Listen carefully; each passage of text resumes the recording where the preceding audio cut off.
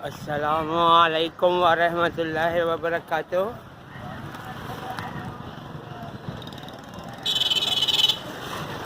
हमारी बिल्डिंग के नीचे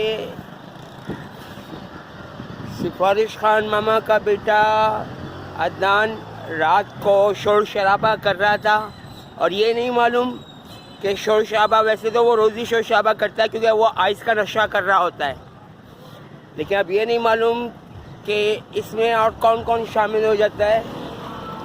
तो रात को हमारी बिल्डिंग के नीचे से उसकी आवाज़ आ रही थी।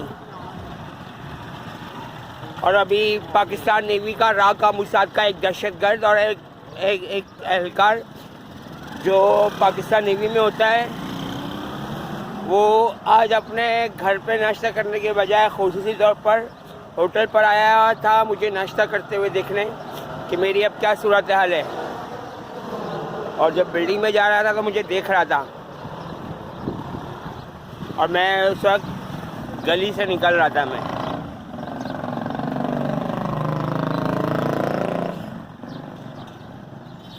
वैसे नेवल एडमिरल नवीद अशरफ साहब, पूरी बटालियन भेजो आप, कुछ नहीं हो पा रहा है इनसे,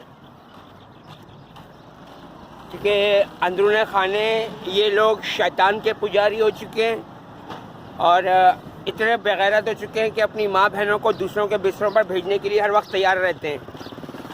अब अगर ऐसों को आप पाकिस्तान नेवी में और एयर फोर्स में और बहरी फोर्स में अगर आप नौकरियां दोगे तो आप सोचो कि क्या हाल होने वाला है।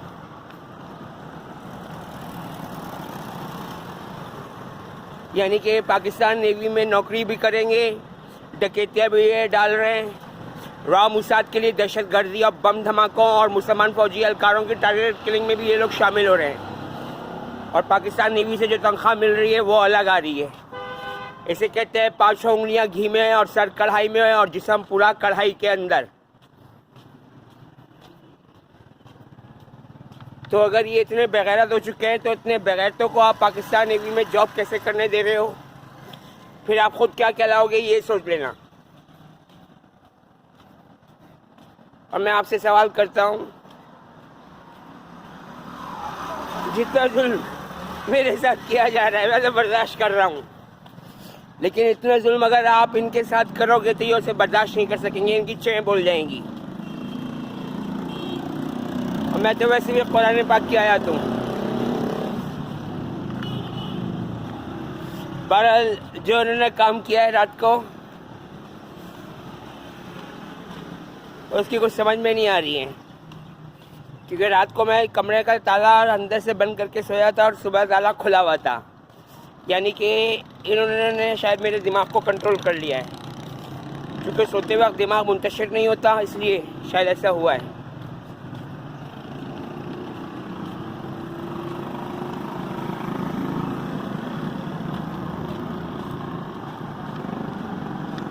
तो पाकिस्तान नेवी में जो जो राव और मुसाद के दहशतगर्द हैं और जो जो मुल्क दुश्मन हैं, उनको निकालना ये आपका काम बनता है, ये मेरा काम नहीं है, क्योंकि नेवल एडमिरल इस वक्त आप हो।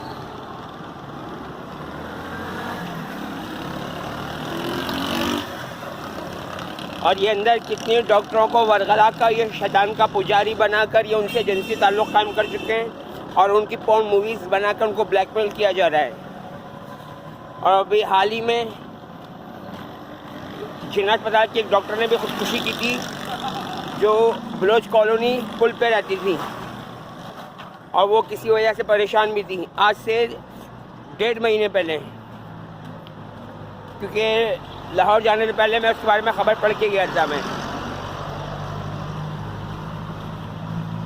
तो जिन्ना अस्पताल में उससे कौन सा डॉक्टर परेशान कर रहा था, जो मुसलमान के भेस में या ईसाई के भेस में यहूदी है, और जो उससे नायाज मुताबात कर रहा था और वो मान नहीं रही थी। उसके बाद सिवाय ख़ुदकुशी के कोई चारा कार नहीं था। तो मेरा ख्याल है कि फिर हमें पाकिस्तान नेवी का कोई नया एडमिरल लाना चाहिए जो मुसलमान हो और जो अपनी फ़ौज को कंट्रोल करना जानता हो। फिर आपकी इस अहदे पर ज़रूरत नहीं है, आप ये अहदा छोड़ दो।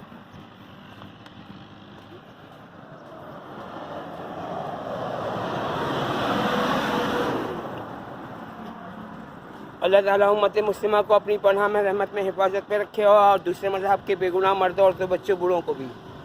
आमीन या रब्बुल आलमीन या रब्बुर रहीमीन। अल्लाह हाफ़िज़।